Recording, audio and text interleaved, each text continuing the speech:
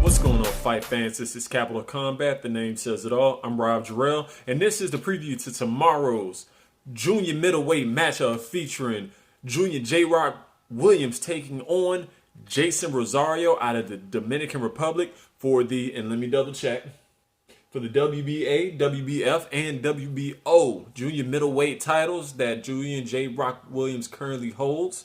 And it's going down to Philadelphia tomorrow. So, I really don't know how to get it started. First of all, Happy New Year. Julian Williams has had a pretty good comeback and a great overall career, but that comeback after the loss to Jamal Charlo in his last title match, or first challenge for the title back in 2017. Let me double check because my memory is bad. We watch so many fights, so we just don't know when everything is.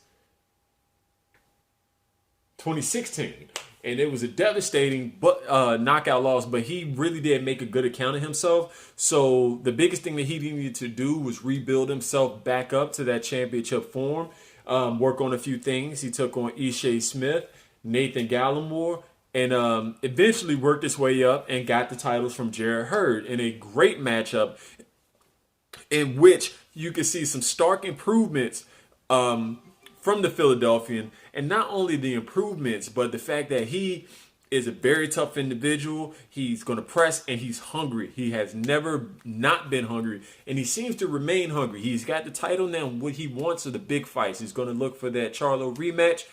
He's willing to take on Hurd again, who's fighting someone else. He had a hand injury, if I'm not mistaken. So let's get into his opponent, Jeison Rosario. He's 19-1-1. He had one draw versus a Mark Anthony Hernandez, whom he came back and beat 2 fights ago by TKO. And then he lost to Nathaniel Gallimore. Yeah, I was about to call him Nathan. But he's got good wins versus Jamonte Clark, Justin Loach, Jorge Cota. Yeah, those are, I would say, his biggest wins to date. And it's not a bad resume for the 24-year-old out of the DR. But he's taken another big step up, taking on J-Rock in this matchup. And it's kind of hard to peg him because he starts very fast. He was able to hurt Nathaniel Gallimore quite a few times in their first bout, where he likes to use a lot of upper body movement, come down, dip, dig to the body, or come and change levels and come up top over the around the guard of his opponents. Another thing he likes to do, he likes to kind of lean back or just throw the overhand right over the top of a jab. And then what happens is, out of those first 3 rounds, I'm not saying he doesn't have that power and it can't carry, because he has had quite a few knockouts. But he loses form quite easily. A lot of the time he starts off inching forward, active, taking his chances, really letting his hands go, but in spurts, looking to hurt his opponent. He really doesn't have that great of a jab, but it's to measure distance and throw over the top to set up the left hook. That's what he's looking for the entire fight. He's going to be looking for that left hook to the body or the left hook over top. And to have a decent reach, he likes to dip, bring it up. He doesn't like to, when he's changing levels, he doesn't want to bring it wide. He wants to turn, come right up, arc it. Now, he will throw a lead left hook, and he likes to whip that out of there. That's something that J-Rock should be able to take advantage of and really throw within those punches, because he doesn't really throw the straightest punches. Another thing about him, he has that reach, but he likes to try to walk down his opponents to change those levels.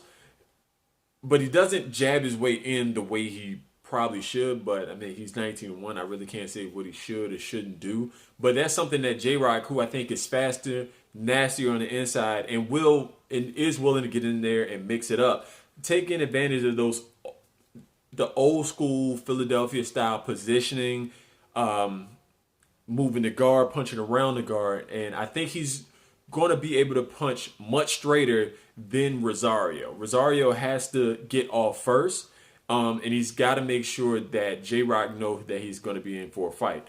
J-Rock, on the other hand, can't really give up too much ground. When you let him walk you down, that's when he's going to be at his best. The only thing that I can say is as the fight goes on, he doesn't use his legs as much, and he throws a lot of arm punches. Also, he doesn't have the tightest guard. Sure, he will go into a high, tight guard every now and again, but it's really easy to time him when he opens up. And when he dips, it's really easy to throw that lead right hand as soon as he dips because he does telegraph what he's about to do. There's really not much of a surprise there. J-Rock should be able to make a statement.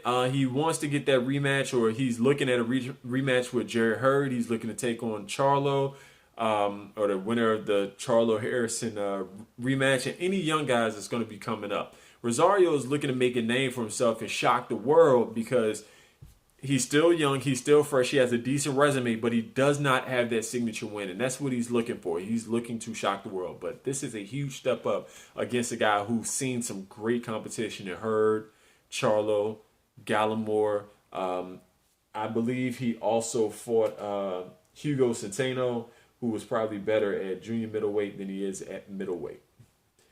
That's really all I have for you. I really would be surprised if this went 6 rounds. Gallimore was able to get him out of there after being hurt early. I would actually hazard to say that he may surprise J-Rock early, maybe within the first 2 rounds. Not the third, because I think that's when a lot of his opponents are starting to time him.